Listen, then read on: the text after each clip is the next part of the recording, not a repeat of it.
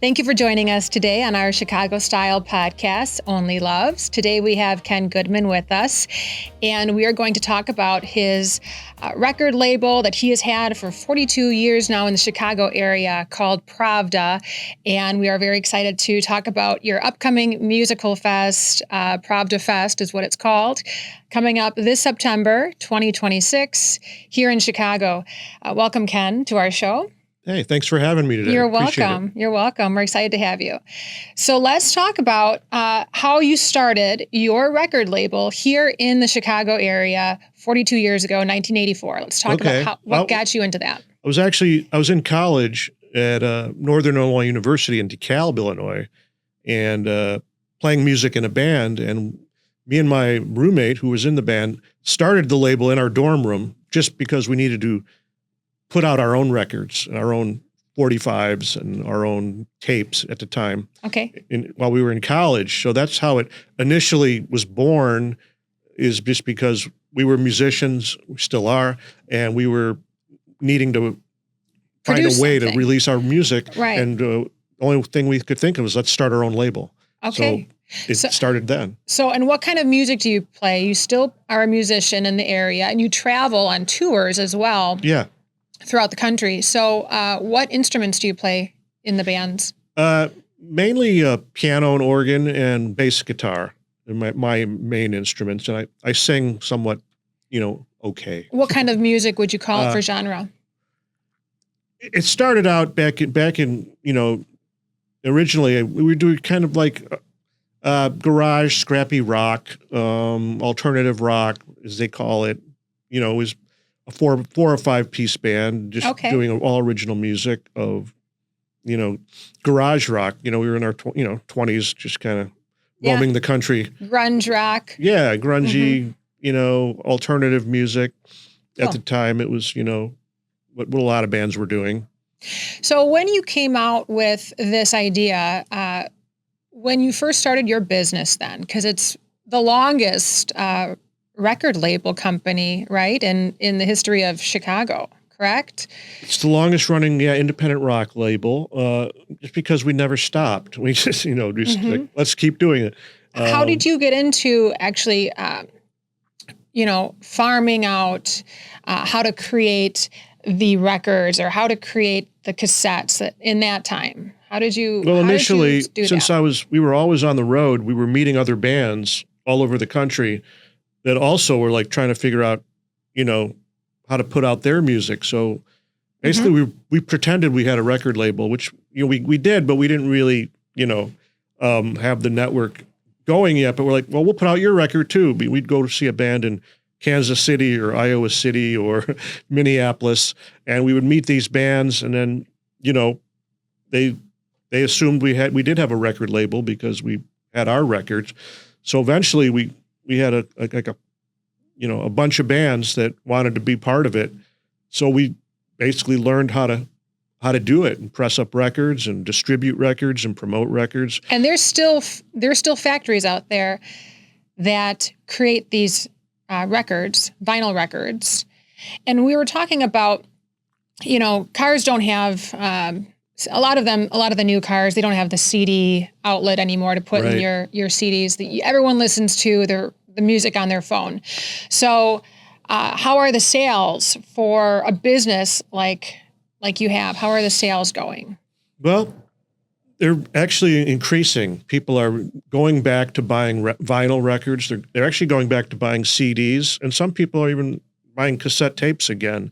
So there's these cycles of the way the music business goes, where like for a while, everyone thought vinyl was dead, and all the record stores switched to only selling CDs. And then there was cassette tapes died, and then lately everyone says CDs died, and only record stores are only carrying vinyl again. So it just goes around in circles. But right now, people are buying more vinyl records and CDs, than they have in a long time. Which is, it's which fascinating. Is great because, that's what we do. I mean, we're involved with streaming and all that. We have to be, we evolve with the industry, and we do what needs to be done for people to hear our music. But the fact now is that people are buying vinyl records, people are buying turntables, and going back to the physical formats. And so we're making more vinyl than ever. And there's a factory here in Chicago, correct? That about 8 years ago, this factory opened. It's called Smashed Plastic. Where is that located? It's on Diversey and like Pulaski. Okay. In a big industrial building, sort of. And they are really good. And they make 12-inch records and jackets and 7-inch records. And we've been using them since they opened to manufacture most of our vinyl records. Cool. And it's great because they're in Chicago. We just did a tour of the plant last week, actually, and watched them make our records. It's a fascinating process, actually, to watch where music turns into these, a physical product that, sounds great. I think a lot of us forget there's factories. Watching or seeing how things are made, because it's just, always been interesting to me. And I've toured a lot of record pressing plants around the country, and it's great to have one in Chicago now. Right. So your record label, Pravda, where did you get that name from? Well, back in the day, we were reading books by Kurt Vonnegut on the road, and then this book I was reading by him had that word in it, and it stood out to me as like, a word that meant something. I looked it up. It means truth in Russian, and so that just became the name of the label, because it's not a very long story. It's just that means truth. That's the name of the label. And then I created the logo and out of old press type, because we didn't use computers for designing logos. We used old graphic methods called press type. How far it's come. Yeah, but then we still use the same logo, and we just stuck with the name and stuck with the logo, and that's how it all began. And your record label company has all independent musicians, right? Yeah, we have all styles of music on the label. I didn't really want to have one sound, because to me that would be boring after a while. So we seek out. I'm a fan of all kinds of music, and I don't want to stick to just rock and roll and just alternative rock and indie rock. So we have soul music. We have. We just signed our first jazz band. We have bluesy stuff. We have experimental stuff. We have, little, almost, folk country stuff. It's like all over the map. Yes. And how many artists would you say that you have? Well, I'd say we have we have hundreds of releases.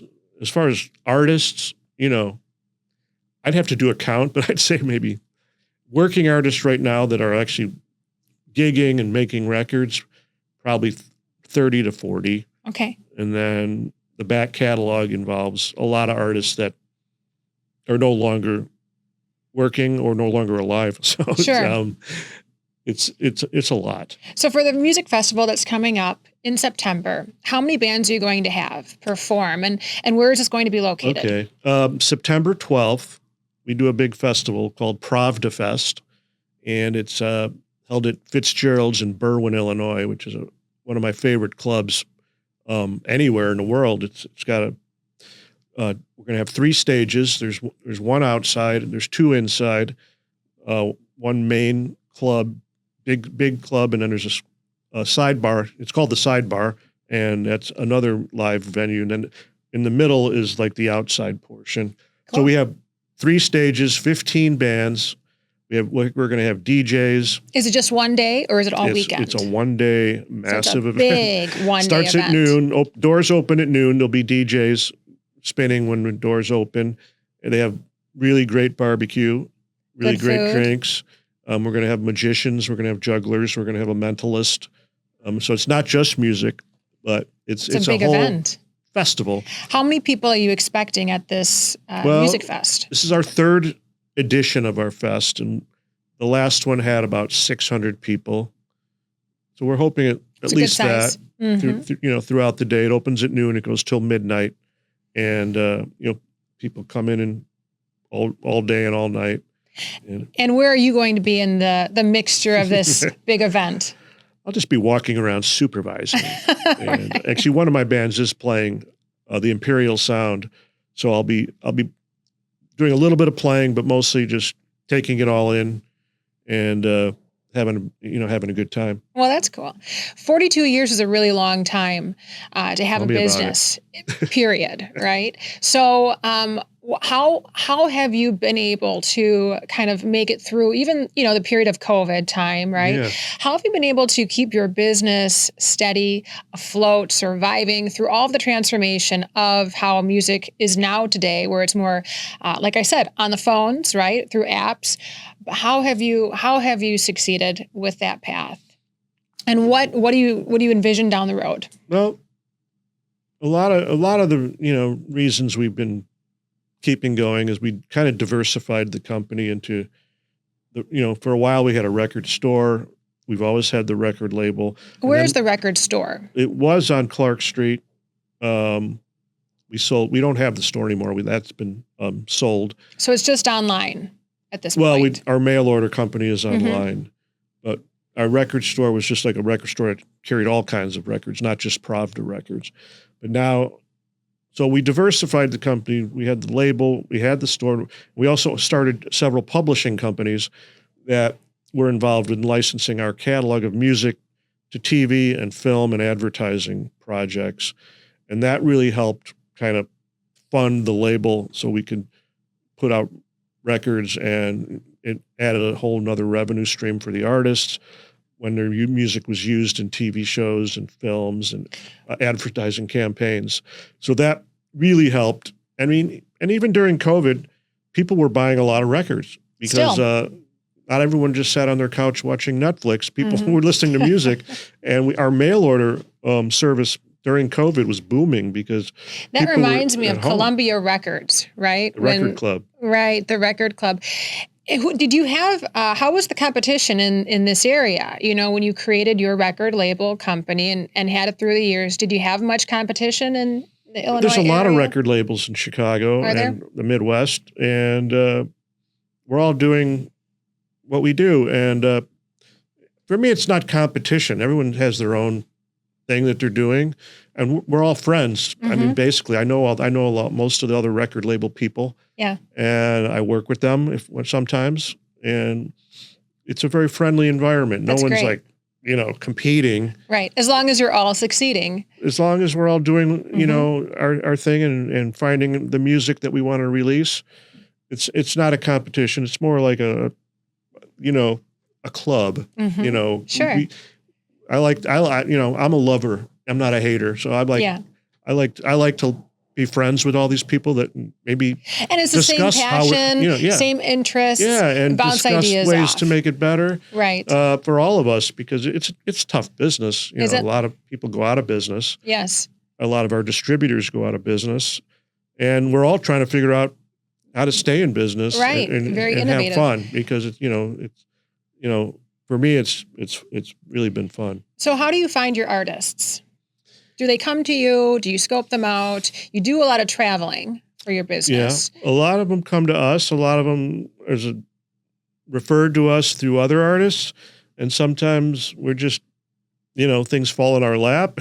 People that want to be on the label that we love. And sometimes we're out in clubs just hearing, searching for bands and kind of figuring that out on our own. And sometimes managers call us, lawyers. I mean, it happens in a lot of different ways. There's a whole network of, management companies and just bands and friends. I mean, there's no one way that we sign bands. It goes through, it can go a lot of different directions with that. Sure. And how many music festivals do you hold every year? Is one big one for the year, or you had a big one for the 40th? Yeah. So our festival is every other year. For the fourth decade. Yeah. Pravda Fest is every other year just because it's such a huge undertaking, and it sucks up a lot of time for the whole staff, organizing, getting the bands and the sponsors and the whole thing put together. So this is, this is our third one. We haven't been doing this all the time. Okay. We started at Pravda 38 because it was during COVID. Okay. And we thought the world was going to end. So we can't wait till 40. Let's do our festival for 38. We might not get to 40. Because things seems kind of grim. We're like, it was outside, the first one, all outside. And it was really fun and good, successful. That's interesting. Were masks being worn when it was outside at the time? Okay. No, not at the outside event. Yeah. And it was really great. It was It was at a brewery in Skokie. Oh, is that fun? Sketchbook, and they built the stage was on a loading dock. It was a whole production. But neat. Then we moved it to Fitzgerald's for the 40th anniversary because they had all the infrastructure that you need to put on a fest. Like, originally for the first one we had to like rent fences and porta potties and trial and error too. It was your first time. But so we moved it to a venue that had sound systems and lighting and security. And CineCity, where we film our podcasts, also has quite a nice entertainment area. Yeah, it's set up for as this well. Which right. is a lot better than doing it all from scratch. Right. So maybe the next one in a couple of years will be here. You never know. Possible. Or still in Berwyn. But that's very exciting. So 15 bands coming up. Yeah. And they're all different genres of music. Somewhat, yeah. Yeah. And there'll be food, drinks, entertainment, family friendly. Somewhat. Yeah. Yeah. And what are your plans for after the festival then? What's the next big thing that you guys have for the record label company after the festival is all done? We got a lot of releases planned for the fourth quarter of the year. We've signed a bunch of bands, so we'll be getting right back to work. Manufacturing, promoting, gearing up for these new releases. Some of the bands that are playing, won't even have their brand new records out until after the fest. So we just put out a teaser single. That's exciting. On streaming, and then in September, October, November, their full length records come out. So we're completely, solidly busy for even after the fest. Promoting, getting back to our normal day-to-day activities of promoting records, promoting gigs, and getting these bands launched. Yeah, and it seems like you really enjoy what you do. Yeah, I've been living the dream. Yeah, and you travel a lot for it too. And like I was saying, the factories where they make the records, that's pretty cool. I would love to see how they actually make the records. And it's an interesting process. Film that. There's raw materials involved to make the vinyl. And there's automation, but a lot of it's done by hand too, like stuffing the vinyl in the jackets. You got people doing that, and then people feeding them into shrink wrap machines. It's a whole, process that it's kind of fun to watch. Is that tour something that's open to the public? No. Okay. But it can be arranged. Yeah. It's not like a daily tour, but they like showing people how to do it generally. But you just make arrangements and, go with me. Yeah. Well, and how many people are in your business now? How big is it, would you say? You started with maybe you and another guy or your... Yeah. He's no longer involved. He decided to go a different direction. And so the in-house staff is about 4 or 5, but we farm out a lot of our things to third-party companies. Like we have an outside publicist in Philadelphia. We use outside radio promoters, and we use various people for social media. And you promote a lot on radio stations. Yeah, but a lot of these people are third-party vendors that we hire per project or retain. That they're not actual employees. We pay their companies to do specific things that we need. Sure. Like I said, publicity, radio, social media. Do you advertise too on the television, right? No, not on so television. Much, more on the radio? A lot of print advertising and a lot of online advertising. Okay. That's how this kind of things have turned out, evolved.